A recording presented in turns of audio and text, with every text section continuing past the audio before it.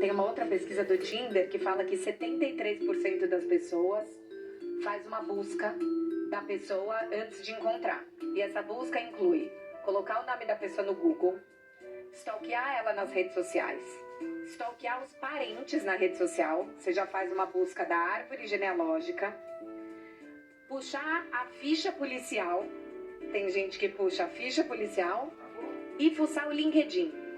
Quer dizer, você que tem a sua vida e o seu avatar inventado, já vai buscar o avatar inventado do outro e vai atrás de similaridades, porque você acha que o que conecta as pessoas são similaridades, então, putz, o cara postou que gosta de Chico, aí você fala do Chico Buarque, só vai falar de música brasileira, e aí ele gosta de praia e você só vai falar de praia, e talvez o que fosse encantar o cara fosse você falar da sua infância em Minas Gerais e da sua relação com a sua avó.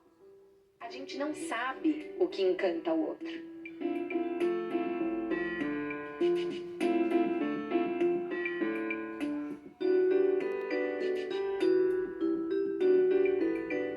A gente estava muito falando de corpo e você trouxe lindamente essa imagem do corpo negro, como que o corpo negro é visto. Vamos colocar o pornográfico nessa nossa conversa? Claro, pra já.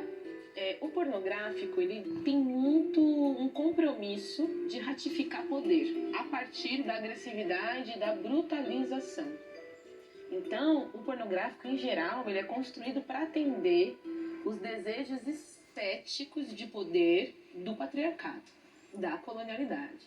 Se tem um exercício padrão em contextos de guerra, de violência indeliberada entre nações, é o advento do estupro. Sim, estupro é uma arma de guerra. É um elemento de controladora. Uhum. E ele faz crer, para quem está distante de um contexto de guerra, num contexto privado, num contexto doméstico, num contexto relacional comum, não precisa necessariamente ser uma relação heteronormativa, um homem e uma mulher, ou uma... onde existe dois corpos, que um traz consigo símbolos de poder e o outro traz consigo símbolos na intersecção, raça, classe, gênero, enfim, pessoa PCD, pessoa de etnia e ou casta, né, pensando em outra sociedade. Vai haver um tipo, através da linguagem pornográfica, um tipo de subjugação e brutalização. Então, por isso, a Audre Lorde separa diametralmente, categoria que ela usa no texto, o erótico do pornográfico, porque o erótico não prevê qualquer tipo de brutalidade, tampouco de exercício de poder a partir da agressividade, da subjugação, da humilhação. O erótico está distante disso, o erótico é o oposto disso. Mas o erótico foi sequestrado por um objetivo de um projeto colonial, patriarcal, neoliberal, capitalista, para que as pessoas não soubessem mesmo, tivesse uma grande confusão do que é eros, do que é erótico, porque o eros é justamente aquilo que traz a pulsão de vida. E o que traz a pulsão de vida a partir do desejo. E o desejo tem critérios, Cris. Quando a gente deseja, a gente sabe do que gosta, a gente sabe o que deseja, a gente sabe exigir da forma que nos faz melhor, e a gente se torna sujeito. O eros é um fundamento de humanidade, né? O sujeito subjugado não tem o que querer, mas o sujeito erótico só faz o que quer. Só faz o que quer, é verdade. Quando a gente fala de pornografia, você trouxe poder num outro lugar. A gente está falando de poder nas duas questões, mas em lugares completamente diferentes. Porque no erótico, quando você me traz, a impressão que eu tenho é que é um poder que pra mim. É eu me sentir poderosa e utilizar a energia do erótico, por exemplo, para minha autolibertação, para o meu autodesenvolvimento. É sobre isso? Absolutamente. Eu quero combinar as duas agora, a Bell e a Audre, a Bell Hooks, para dizer que ela diz: a gente só vai conseguir nomear o prazer a partir do momento que a gente nomeia a dor. Então, eros não é viver com óculos de Poliana. É justamente ter lucidez sobre o contexto privado e público da nossa interação de corpo no mundo, o quanto a pele que eu habito me traz questões doloridas por ser mulher, por ser uma pessoa trans, por ser negra, por ser não branca, por ser pindorâmica, enfim, por ser quem eu sou. Mas ainda assim, a despeito do que vem de fora para dentro, existe uma potência inesgotável, criativa e que traz a pulsão de vida que não é passiva de sequestro, que é essa pulsão de prazer. e que isso só surge ali dentro de mim. E que não pode ser sequestrado. E a gente vive isso no Brasil. Quando a gente vê as rodas de samba, as rodas de capoeira, as rodas de jongo, Traz mais as rodas cultura. de candomblé, a gente está falando de expressões de prazer a despeito de uma das vivências mais trágicas da história da humanidade. Tá? Você acaba de levar 200 chibatadas, tem um grupo cuidando de você, mas lá no fundo tem outro grupo batendo tambor, fazendo comida para todo mundo, porque o elemento do prazer, ele erótico, não é um prazer individual ou que traz uma relação muito autocentrada estritamente, mas é o erótico cultivado em comunidade que traz pulsão de vida para cada indivíduo, potencializa a vida em cada indivíduo. Então, a despeito dos contextos mais distópicos que, sobretudo, pessoas negras viveram nesse país e pelo mundo, por conta da guerra e tantas disputas de poder perpetrado pela colonialidade, pelo patriarcado, ainda assim, esses povos provam para nós: o erótico nunca se perdeu. E agora que ele não está mais sob posse dos homens, agora que a gente tem mais contato com a pornografia, agora que a gente não se conecta tanto com a biografia individual de cada um, o sexo que nós fazemos hoje, você, nessa perspectiva filosófica, você enxerga que é um sexo diferente? O sexo para o qual a gente se entrega, o sexo...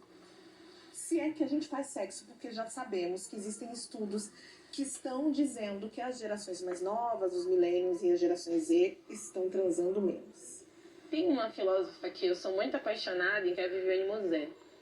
E uma das coisas que ela traz... Viviane. Ela fala assim: o homem começa a entender sexualidade a partir do momento que ele para de transar e pegar essa fêmea, essa mulher de 4. Né? O sexo acontece quando os dois se olham nos olhos. Então, mais uma vez, ela está dizendo, quando o erótico acontece, quando o erótico conecta para além de uma dimensão estritamente instintiva, é que há conexão. Que a gente pode até reivindicar um pouquinho da categoria do Antônio Bispo dos Santos, quando ele fala assim: nós estamos numa sociedade entre o sintético e o orgânico. O sexo que a gente faz é sintético, artificial, superficial, ou é um sexo que nutre, que gera vínculo, potencialização de vida, onde a gente sai inteiro, mesmo que o capitalismo e o neoliberalismo nos fragmente, no momento íntimo é onde a gente se reconstrói. Qual é o sexo que a gente está fazendo?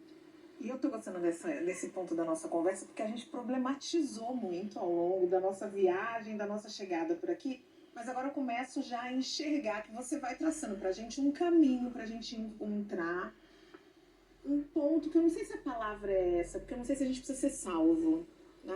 Talvez a gente precise, mas quero deixar essa conclusão pra você. Mas um ponto dessa, eu vou trazer salvação como uma palavra. E você citou em alguns momentos o erótico e Audre Lorde. Esse é o caminho? Eu vou vir pro Brasil, Cris. A gente falou muito, né, de teóricos de múltiplos lugares, mas eu quero trazer, mais uma vez, o Luiz Antônio Simas e os nossos encantados. Quero trazer 2 personagens que são preciosas. A primeira é o próprio Zé Pilintra. Né? A malandragem. A malandragem. Que é esse personagem aí da Umbanda, das religiões de matrizes africanas, que é malandro, mas que é sedutor também, que tem um jogo, né? Que resolve graves problemas, questões homéricas, que inclusive a gente não resolve e leva pra ele resolver, com muita ginga. E operado sempre na malandragem que tá na pelve. E isso fala muito de Brasil, né? Porque brasileiro tem orgulho de ser malandro. E é uma malandragem que faz a gente sobreviver. Tá, eu vou resolver o problema, mas primeiro eu vou dar de comer ao corpo. Eu vou comer o que eu tenho que comer, eu vou dançar o que eu tenho que dançar, na segunda resolvo. Sim, porque trago malandragem aqui não como um adjetivo ruim. Absolutamente. Não.